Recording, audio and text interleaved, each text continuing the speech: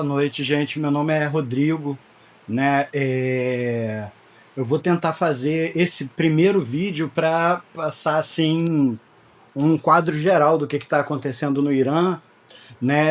Mas eu acredito que vai ter que ter outros, porque a situação lá é muito complexa e tá também todo dia praticamente está tendo novidades, né?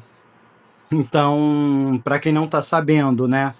Desde o dia 28 de dezembro agora, está tendo uma série de protestos gigantes no Irã, né? Esses protestos começaram porque teve uma queda violenta lá da moeda iraniana, e isso aí, né, leva a uma desvalorização do salário da população. Então o pessoal foi para a rua, começando com protestos contra o aumento do custo de vida.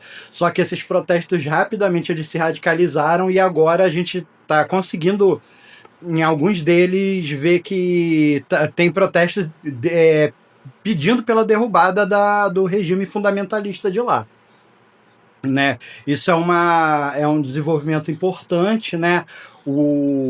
O Irã ele pegou uma série de protestos, né? Desde 2009 teve um protesto muito grande contra um resultado das eleições, né? Que muita gente pensou que foi fraude.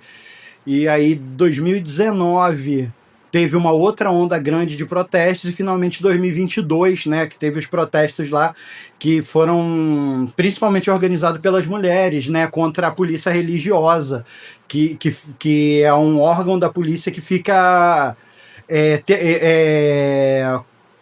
conferindo a aplicação das leis religiosas, né, principalmente no caso o véu lá das mulheres, que lá no Irã é obrigatório. Então, esse protesto, depois de 2022, a situação estava mais ou menos calma, mas agora voltou a ter um protesto muito grande. Eu acho que a gente pode até ver pela situação do Oriente Médio mesmo e do mundo, que talvez possa ter incentivado, né, com a queda da ditadura na Síria, né, que já está fazendo um ano agora, fez agora um ano em dezembro, né? Então são manifestações muito grandes, né, que a gente ainda não pode ter certeza o que vai acontecer. Aparentemente o regime não ainda não está abalado o suficiente para já ser derrubado de uma vez, né? Ontem eles publicamente o governo falou que tem mais de 2.000 mortos, né, na repressão dessas manifestações. Então você imagina o que é matar 2.000 pessoas, né, em repressão de manifestação, né? É uma coisa assim assombrosa, né? Então o governo inclusive cortou a internet lá. Eles estão sem internet para poder justamente não ter como os protestos se coordenarem, né?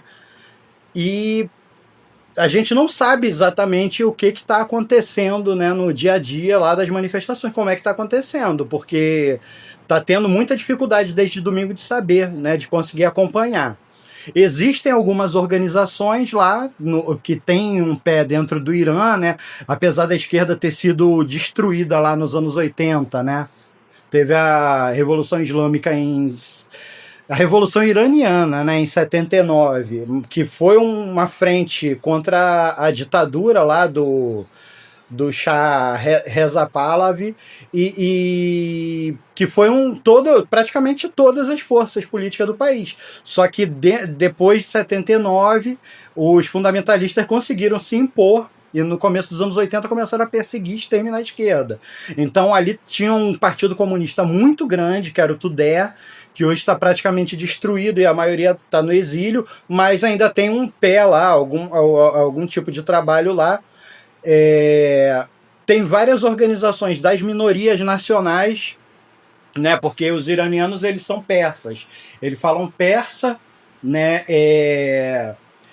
e formam mais ou menos, né, os persas são mais ou menos uns 80% da população. Aí tem várias outras minorias, como os curdos, né, e os árabes, né, e aí essas minorias, né, foram muito reprimidas, né, desde que se consolidou, né, o regime islâmico. E aí estão à frente também de muitos desses protestos, né? A gente tem visto que os curdos estão fazendo muitas manifestações na área lá em Rojilat, né, que é o Kurdistão leste, né? Ou seja, a parte de maioria curda que fica dentro do território do Irã. E os árabes Awazi, né, na região de Awaz, eles também estão fazendo muitos protestos, né? Pelo que a gente tem visto, inclusive o movimento sindical tem feito greves que são importantes, né? Pegando a questão dos salários, do custo de vida, mas também algumas vezes chegando a fazer reivindicações políticas mais diretas, né? A gente teve a declaração do Sindicato dos Rodoviários de Teherã, que delimita, né, com a direita e diz que só os trabalhadores podem dar uma saída progressiva lá para a situação do Irã. Então a gente está vendo que é um movimento que está muito avançado. Inclusive a gente tem informações de que tem alguns lugares que estão estão organizando conselhos operários, né? Como o movimento sindical lá é proibido, né? O Conselho Operário é uma organização local que acaba que ela acontece quando não tem sindicato e às vezes ela até assume funções até de administrar a empresa numa greve prolongada, né? Então, se a gente pegar exemplos da história, né, isso aconteceu em algumas situações revolucionárias, por exemplo, na Alemanha, em 1919, no Chile, né, no finalzinho do governo Allende, né, com os cordões industriais, na Tchecoslováquia, em 68, né, na resistência contra a ocupação soviética. Então, tem algumas... Tem um elemento muito importante também, né? A classe trabalhadora do Irã, ela tem uma tradição importante. Os petroleiros foram uma das forças principais da Revolução de 79, que derrubou o Shah. Então, tem muita coisa acontecendo, né? Ao mesmo tempo, logicamente, que não existe vácuo na política. Existem setores de direita da oposição iraniana que ficam pendurados, né, na direita americana e que esses setores também estão intervindo nesse processo. Assim. Os dois setores mais importantes, primeiro, são os monarquistas, né?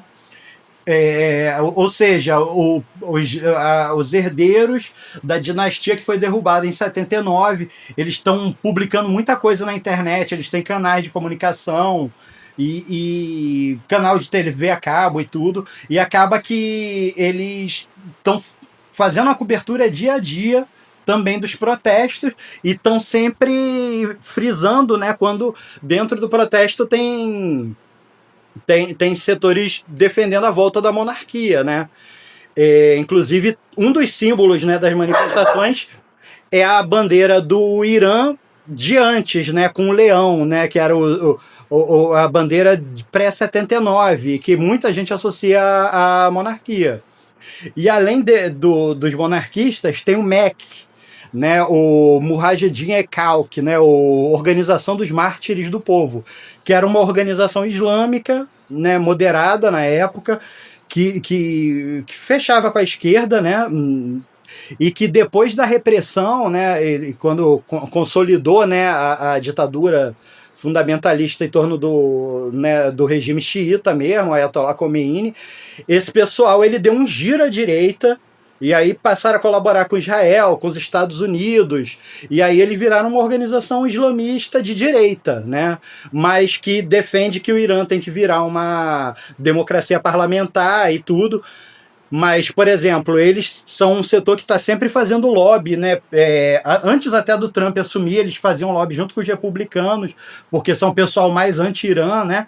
Então, eles também estão intervindo. Eles é mais difícil de saber se eles têm alguma intervenção real no Irã, assim, de peso. Os monarquistas com certeza têm.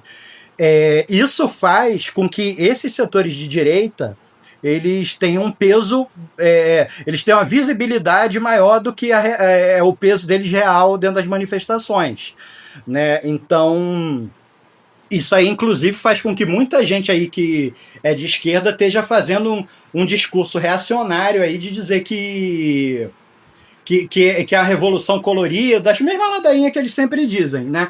Esse discurso da Revolução Colorida, ele é exatamente, né, o discurso que a direita sempre usou, né? De que as revoluções, elas na verdade são agentes provocadores que intervêm ali para manipular o povo, para jogar o povo contra o governo. E aí esse discurso foi muito feito, né, pela Rússia nas intervenções deles militares e políticas dos últimos 10, 12 anos, né? E é um discurso que uma parte da esquerda que se perdeu no tempo acabou adotando, porque eles acham que qualquer coisa que seja contra os Estados Unidos tem que ser defendida, independente do conteúdo dela. Então, são pessoas que ficam dando chilique, chamando o Malafaia de fundamentalista, mas quando tem um regime fundamentalista de verdade, que a lei tem que ser avaliada pelo jurista lá, para ver se está de acordo com o Islã, para poder ser aprovada, um regime que não nega, né, os direitos das mulheres, um regime que reprime, bota a polícia política literalmente para proibir a mulher de tirar o véu da cabeça, né? E aí, quando o povo está se revoltando legitimamente contra isso, esses caras fazem esse discurso paranoico e reacionário, que na prática é reacionário, porque eles consideram que o povo só pode lutar de verdade. Quer dizer, eles não consideram nem que o povo pode lutar de verdade, eles acham que tem algumas regiões do mundo, que são os governos, que estão em desgraça com os Estados Unidos, independente do motivo, que nesses lugares o povo tem que calar a boca e tem que apoiar o regime, independente do que estiver passando, né? A gente não tem que ter essa atitude, né?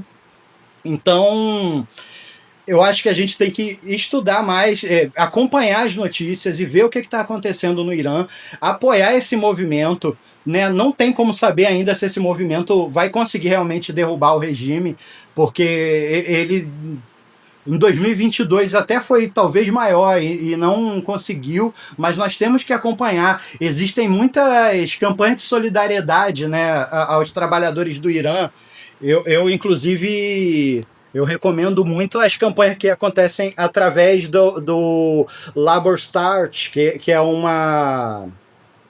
É uma organização de comunicação de vários movimentos sindicais, né? E que eles estão sempre publicando várias notícias sobre o que está acontecendo, não só no Irã, como vários países que têm repressão violenta e tudo. E a gente prestar nossa solidariedade internacional, né? Se a gente acha que tem uma direita que manipula da religião para proteger, né, a classe dominante com todo um discurso lá para abusar da religiosidade das pessoas, né? Muito pior é a situação do Irã, que tem um regime fundamentalista lá há mais de 40 anos, né? E que a população tá lutando pela liberdade mesmo, no sentido mais simples da palavra. E a nossa primeira medida de solidariedade é a gente conhecer né, o que está acontecendo e furar essa barreira, né? Porque a gente não vai... A mídia não consegue... A mídia oficial vai ficar dando a visão mais do ponto de vista da política internacional, dos governos e tudo. E a gente, né, que é dos movimentos sociais, tem que pegar uma visão do ponto de vista do próprio movimentos sociais e quebrar, né, essa barreira de silêncio e quebrar essa barreira de calúnia e de mentira também do pessoal que acha que os iranianos não podem se revoltar contra um regime fundamentalista. Então é isso, eu acredito que eu vou fazer mais outros vídeos, mas esse é para começar a falar sobre o assunto, tá bom? Obrigado aí, boa noite.